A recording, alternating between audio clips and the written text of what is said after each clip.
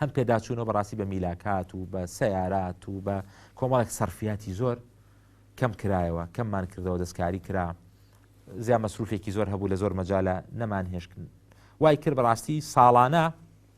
ساڵانە لەو ئیسلاحە مالی کە ئێمە کردومانە نزیک بە 3 ملیارمان گەڕاندۆتەوە هەموو ساڵێک 3 ملیار دینارمان گەڕاندۆتەوە بۆ میزانی گشتی لەو ئیسلاحاتانەی کە کراوە هەندە ئیسلاحی کە کردومان ئەو بڕەپارەیەمان گەڕاندۆتەوە کە ئێمە موەسسەسەیەکی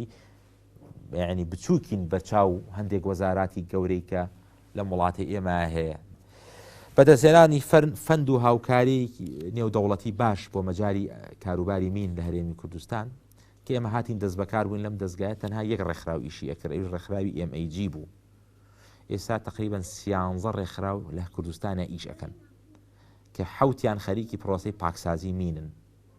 ئەوانە تیژ لە بواری وشیاری ئەوانە کارەکەن ئەمە بەڕاستی بە سیاسەتێک و بە بەرنامەیەک ئەمە کراوە دەرگاکردنەوە لەگەڵیانە و هێنانیان و پەیوەندیکردن لەگەڵ قونسوڵیەت و دام و دەستگاکانی بیانی لە هەرێمی کوردستان و هەروەها لە دەرەوەی وڵاتیش ئەو موسساتانەی کە تایبەتن بەم مەجالە بەڕاستی لە خەت بووین لەگەڵیانە کۆنتاکتی زۆر باشمان هەبووە وا کراوە کە سەرنجیان ڕابکێشرێ بهێنرێن بۆ هەرێمی کوردستان داڕشتنی استراتیژێکی کێستا لە تەواوبوونان استراتیژێک پلانێکی استراتیژی بۆ کاروباری مین لە کوردستان کە لە پێشتران نەبووە ئەمە ئێستا خەریکی لە قۆناغەکانی کۆتاییین چکە دەبێت ئێمە بەرچاوڕۆشن بین بزانین ئەم ساڵ چی ئەەکەین و ساڵی داهاتوو چی ئەەکەین و 2022 ئەگەینە چۆ بۆی ئەو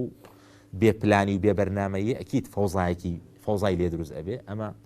ئەمەش لە هەنگاوەکانی کۆتاییە